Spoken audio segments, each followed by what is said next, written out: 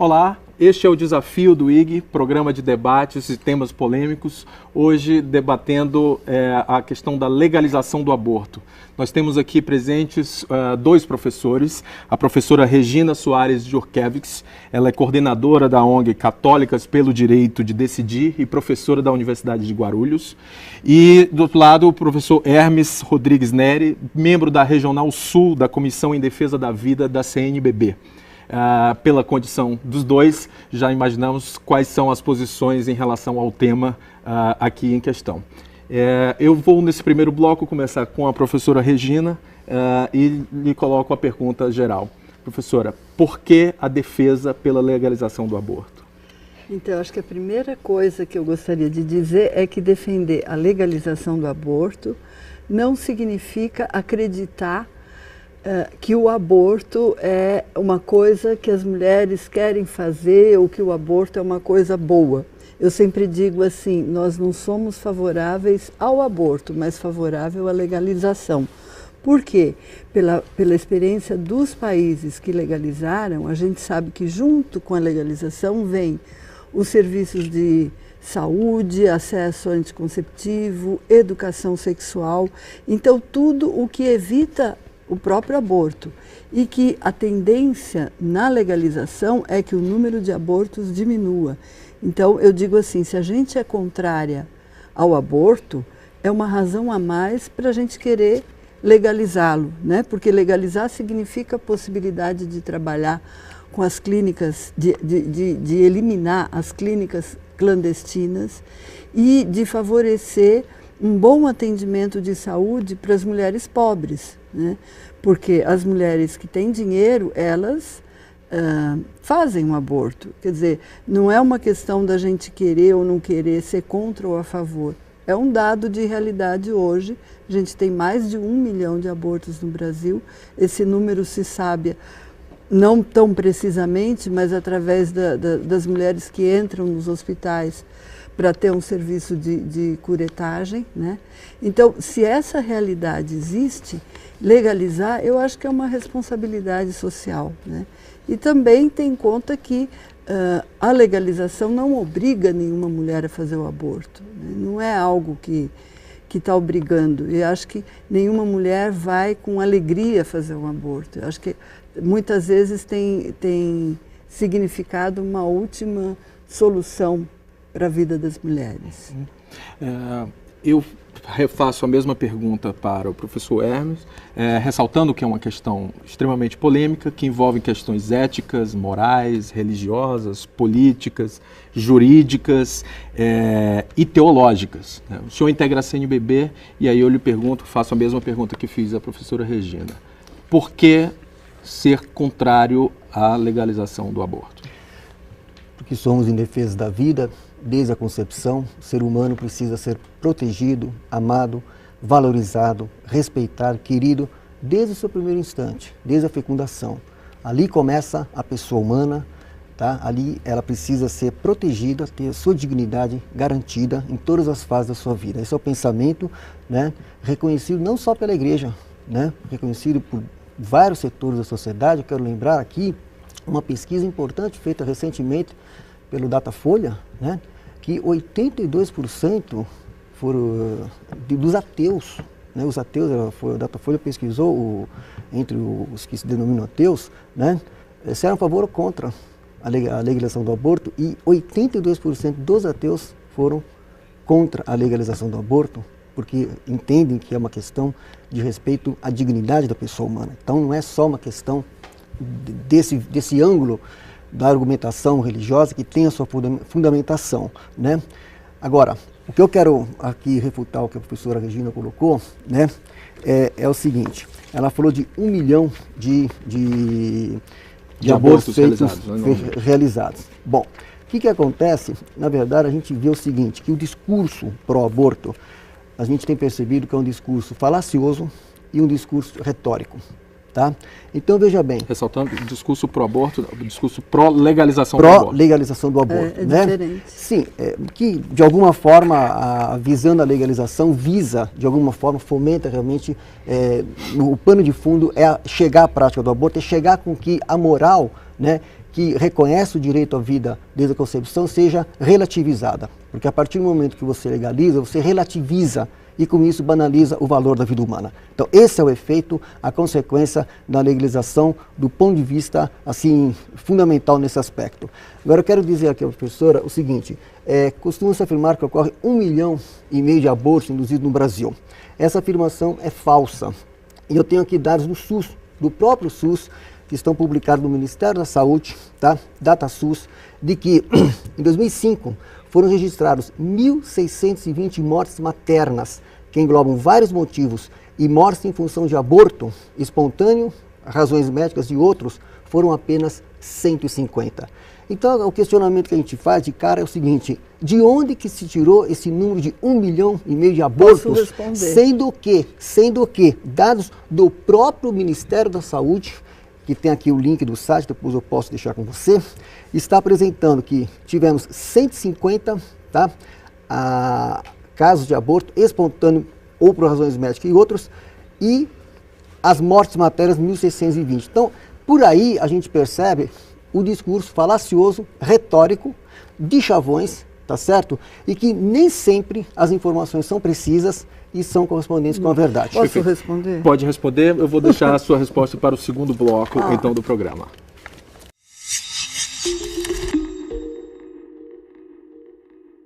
Olá, este é o programa Desafio do IG, hoje debatendo o tema da legalização do aborto. Nós, no primeiro bloco, apresentamos duas posições divergentes, a professora Hermes, da CNBB, a professora Regina. Agora, no primeiro bloco, o professor Hermes lançou uma questão polêmica, argumentou que a defesa da legalização do aborto tem argumentos falaciosos e números equivocados. Professora Regina, eu abro o segundo bloco com a sua resposta. Tá. Então, não é difícil demonstrar que esse argumento não é falacioso, porque o que eu falo também é dado de pesquisa. A única coisa é que eu deixei meu material ali dentro. Mas foi feita uma pesquisa de uma pessoa que trabalha com bioética e tem um grande reconhecimento, que é quem coordenou, que é a Débora Diniz, que mostra, e não é de 2005 não, é de agora, é desse ano, e que mostra que a gente tem no Brasil 1 milhão, entre 700 e pouco e 1 milhão de situações de mulheres que têm que fazer curetagem como consequência da tentativa do aborto feito em casa. Por que esse dado não tem uma notificação precisa?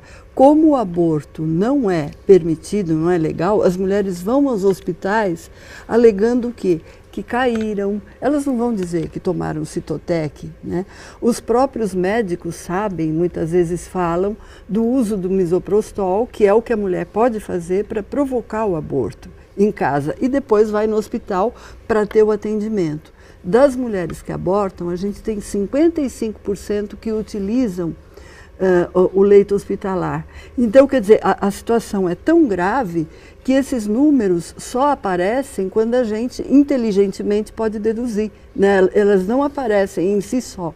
Agora, quando o senhor fala do discurso falacioso e retórico e também da pró-vida, o que eu mais fico pensando hoje em dia, quer dizer, muitos grupos já denominam esse setor, porque é um setor, não é toda a igreja que pensa assim, que tem uma posição pró-morte, praticamente, né? Contra a escolha e pró-morte, porque está vendo que muitas mulheres estão tendo sequelas, que há um aumento da mortalidade materna, e continua falando da defesa da vida, quando o próprio momento do início da pessoa humana, não da vida, mas da pessoa humana, não consegue ter acordo entre os cientistas, não é isso da concepção, momento da vida humana, não há acordo entre os cientistas, não há acordo entre os teólogos,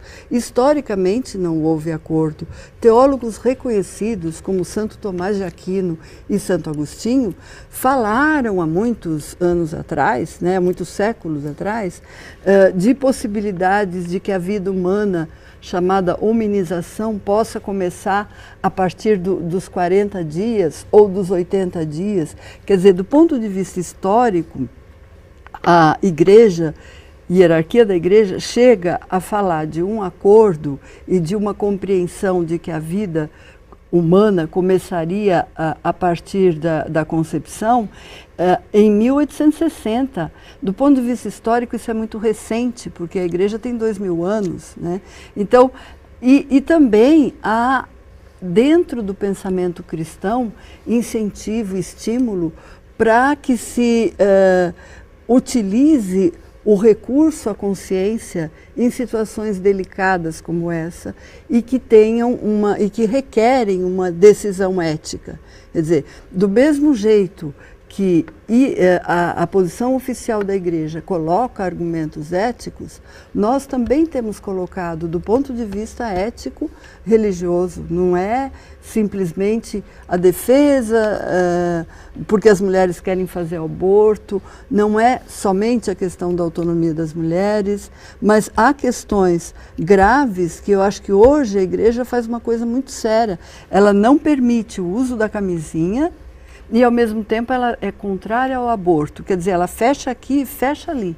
Então, ela está dando um prejuízo muito grande. O Dr. Drauzio Varela falou uma coisa fundamental no programa Na Moral. Ele dizia, isso é um crime. O que a igreja faz hoje é um crime. É negar uma realidade, porque a gente sabe, além da questão da gravidez indesejada, tem a questão da AIDS. Quer dizer, e dizer que não deve usar camisinha, isso é criminoso. Professor Hermes, a igreja comete um crime? A igreja privilegia, ao defender a manutenção da criminalização do aborto, a proibição da legalização do aborto, ela privilegia a manutenção de um Estado em que atinge mais as mulheres pobres, as mulheres vítimas de violência, as clínicas clandestinas. Como é que o senhor responde a essas críticas?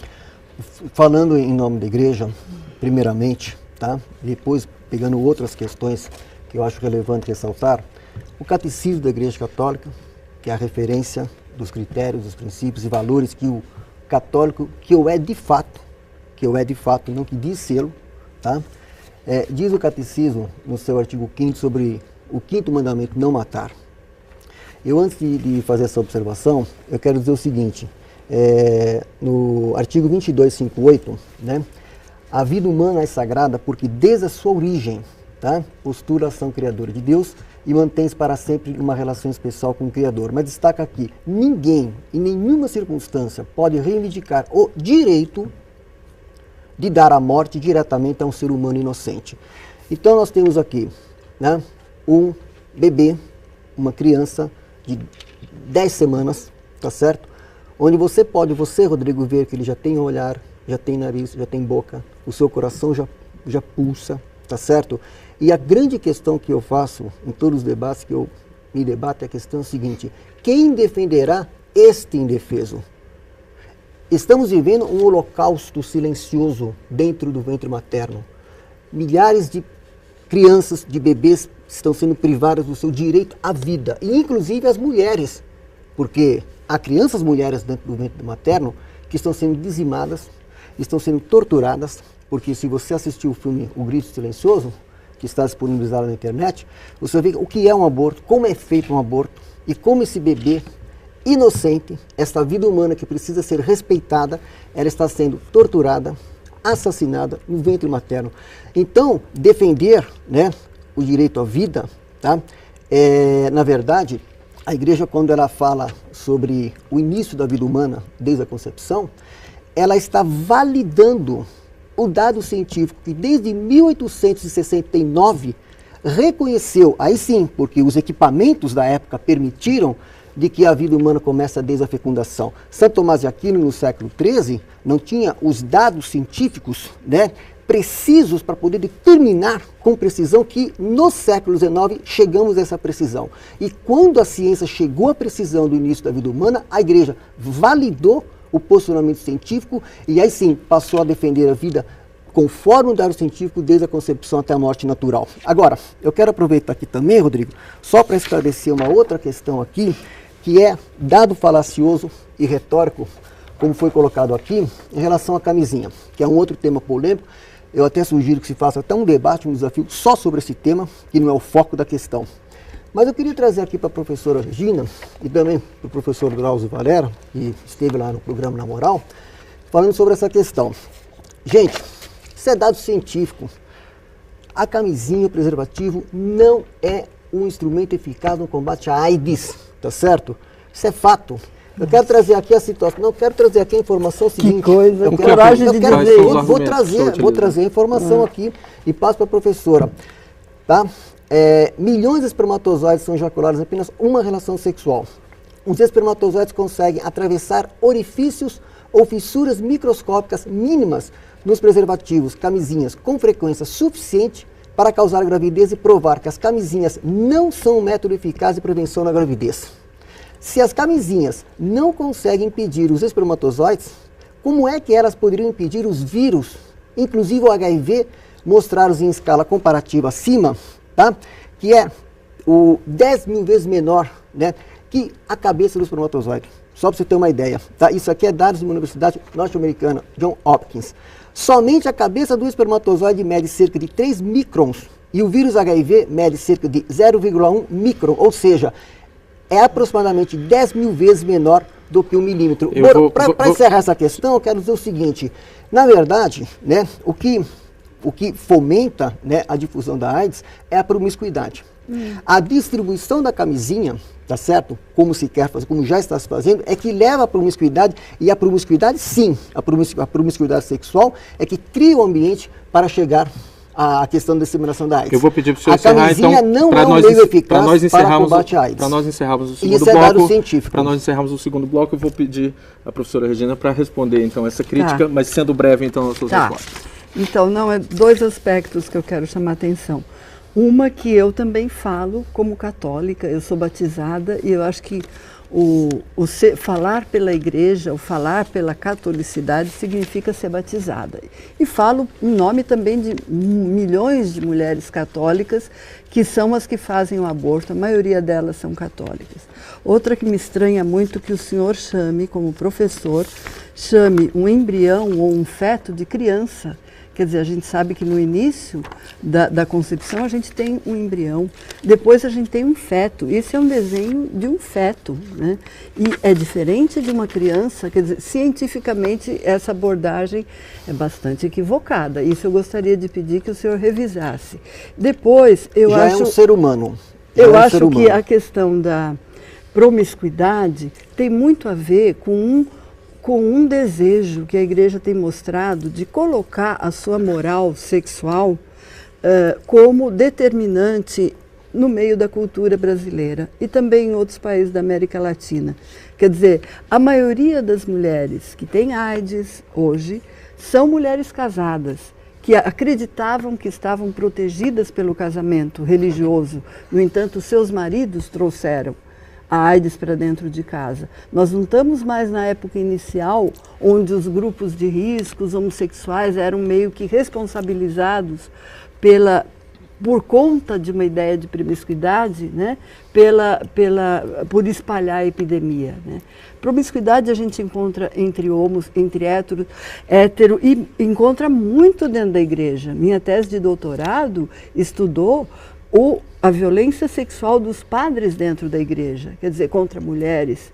Esse é um fato que o próprio Papa tem reconhecido e tem dito que precisa terminar. A igreja está perdendo a sua credibilidade por conta da promiscuidade no seu interior. E por quê? Porque é uma visão estrutural que tem medo da sexualidade, que vê a sexualidade como sexo, como pecado, como algo que deve ser reprimido. Eu gostaria de refutar esse argumento. Vamos encerrar então o segundo bloco. No próximo bloco, então, os dois convidados estarão em xeque, um fazendo perguntas para o outro.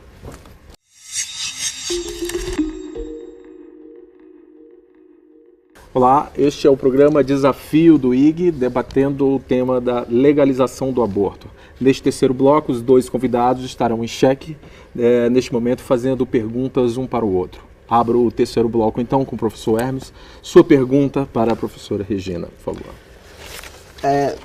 Tivemos agora recentemente o programa Na Moral, inclusive, que a professora participou, onde foi dito que grupos religiosos estão debatendo a questão do aborto. Então eu faço uma ressalva, não são nesta mesa grupos religiosos que estão debatendo.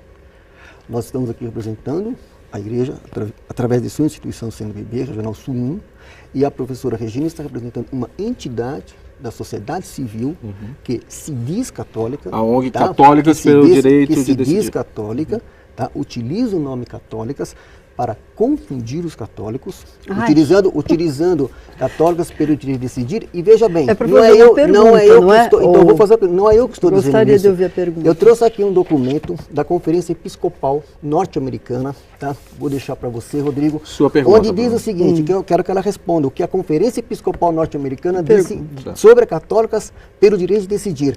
Se trata de uma entidade feminista constituída no Brasil em 93 e que atua em articulação e rede com vários parceiros no Brasil e no mundo, em particular com uma organização norte-americana. E mais, o grupo tem defendido publicamente o aborto e distorcido o ensinamento católico sobre o respeito e a proteção devidos à vida do nascituro indefeso. E mais, tá? Diz que o grupo não é uma organização católica e não fala pela Igreja Católica.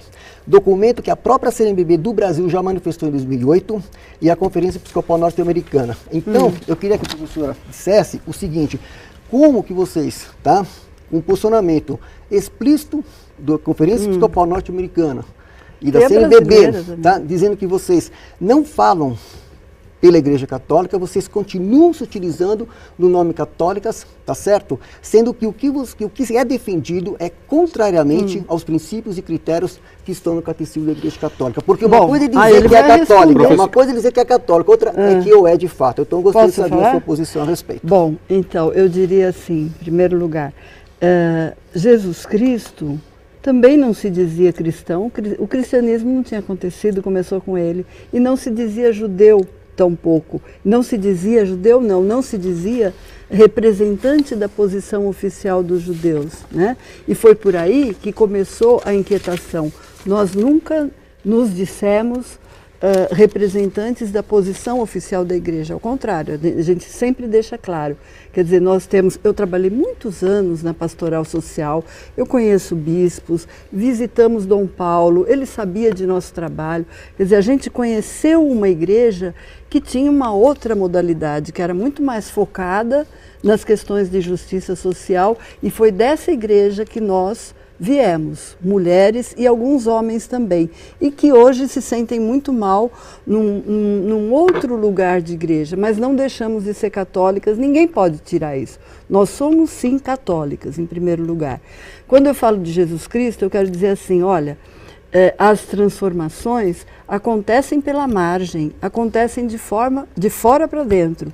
Quer dizer, quem está ali, dentro da estrutura eclesial, não pode falar. Não pode, porque é mandado embora, porque é calado, tem que sair do Brasil, como a teóloga Ivone Gebara, como foi anteriormente Leonardo Boff, né? Quer dizer, condenado ao silêncio. Mas a senhora não se sente desconfortável de se apresentar como católica quando, por exemplo, quando houve críticas dessa forma, ou quando, não, por exemplo, existe não, porque para mim o grande... Há uma desonestidade Concílio Vaticano II, por exemplo, que considera o aborto um crime abominável, era essa a expressão do Concílio Vaticano II, a reunião dos bispos na década de 60. Não. Como é que a senhora lida com a Igreja Católica nesse sentido? Sabe por que eu não me sinto? Porque eu tenho claramente, falando do Concílio Vaticano II, a noção de que igreja é o povo de Deus. Igreja não dá para ser aquele monte de homens e bispos, padres que a gente vê no Vaticano quando há a eleição do Papa. Quer dizer, igreja é o povo de Deus, para que a igreja existe? E nós somos parte do povo de Deus. E existem uma série de mulheres que estão sofrendo as consequências de uma situação grave, né? O fruto de gravidez, muitas vezes, que vem de estupro, feito por homens, né? E quem paga depois são as mulheres, situações de violência que é incabível, quer dizer, eu não sei como a igreja oficial tem coragem de dizer que mesmo num caso de violência, eu lembrei outro dia, houve um caso de violência sexual no Recife, em que uma menina de 9 ou 11 anos foi estuprada pelo padrasto, ficou grávida de 2 gêmeos, né, uma gravidez de gêmeos, foi fazer o aborto, permitido por lei, porque era um caso de violência, e o que aconteceu? O bispo de lá, naquela ocasião, isso faz uns 2, 3 anos, excomungou a equipe médica, né?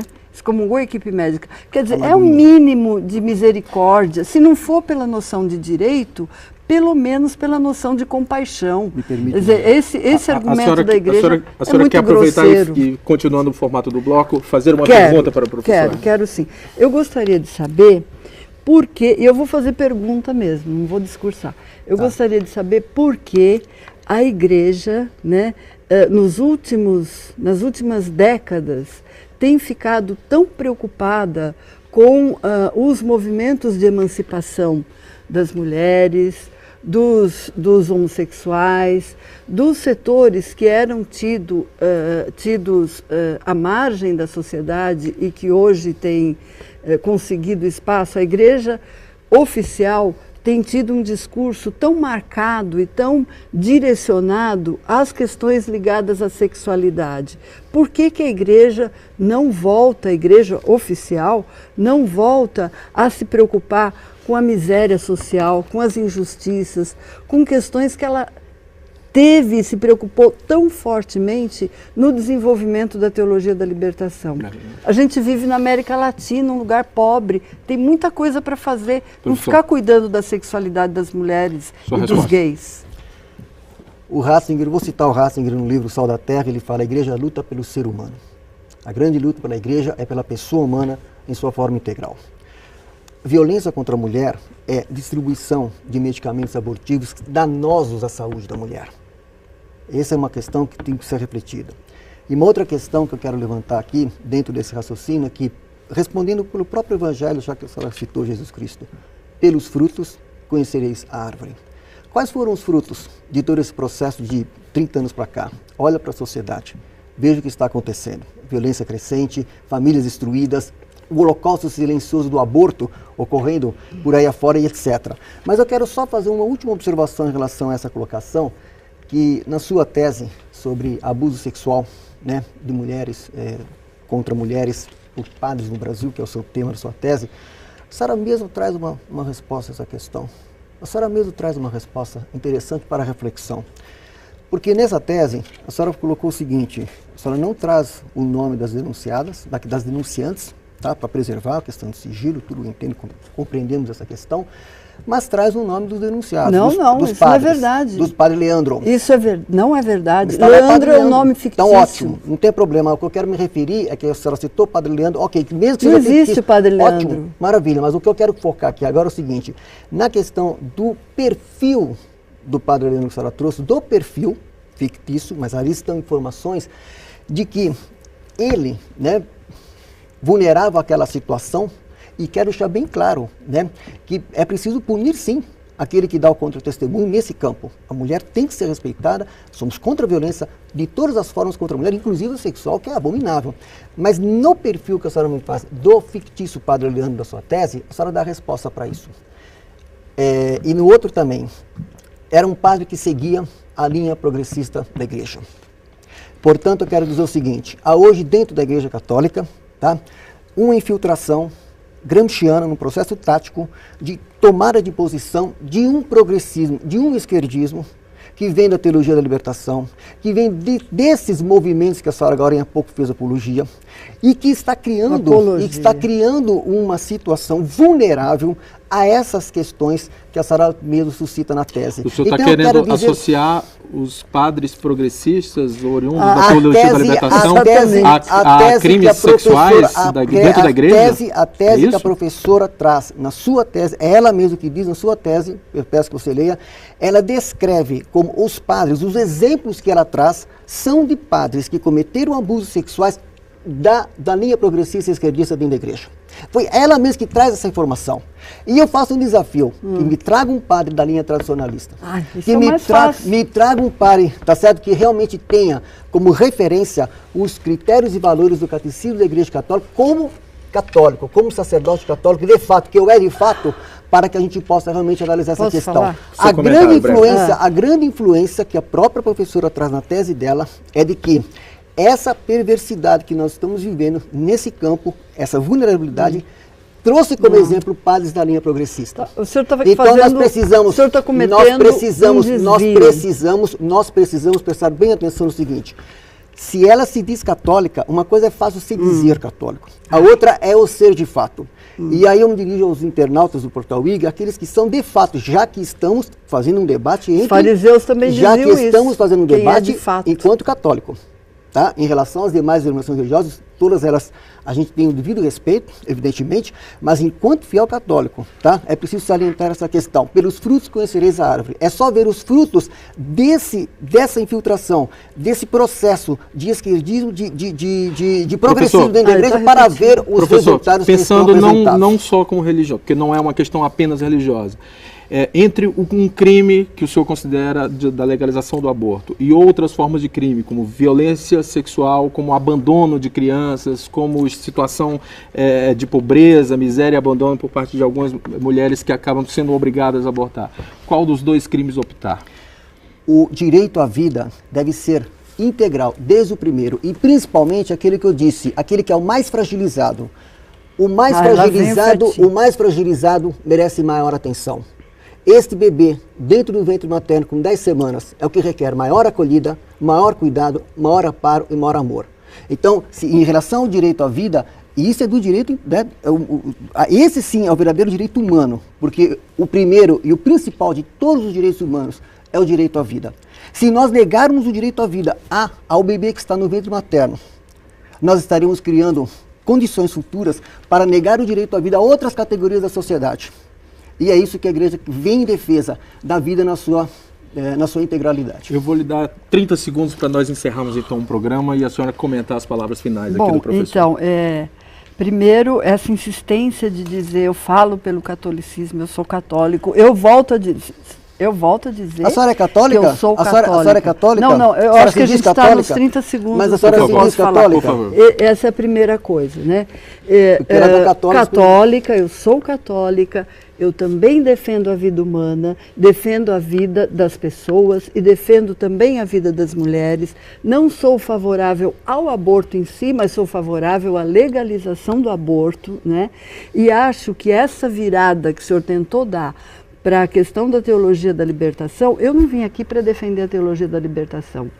A moral sexual, ela perniciosa da Igreja Católica, ela atinge os padres, sejam de uma posição de direita, sejam de uma posição de esquerda. Não é isso que faz. E me estranha muito que o senhor tente avaliar, analisar a situação do mundo a partir de um dado tão pontual, que é um dado do desenvolvimento religioso. A gente tem questões econômicas, sociais, políticas. Como que só vai olhar o campo religioso e dizer, olha como está o mundo, olha como estão as famílias? Quer dizer, se eu não olhar desemprego, se eu não olhar uma série de outras situações, é impossível fazer uma análise séria.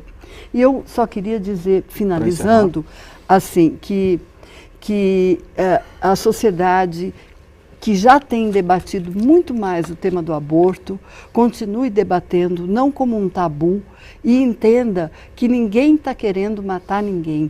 O que se quer é poder viver de uma forma mais saudável, eliminar os abortos feitos nas clínicas clandestinas e permitir que as mulheres tenham acesso à saúde pública, tenham acesso e dignidade no seu tratamento enquanto pessoas humanas. Perfeito. É isso. Bom, eu queria agradecer a presença dos dois, Obrigada. professora Regina, professor Hermes, debate acalorado sobre a legalização do aborto dentro do programa Desafio. Acompanhe o programa semanalmente aqui no IG. Tá bom? Muito obrigado.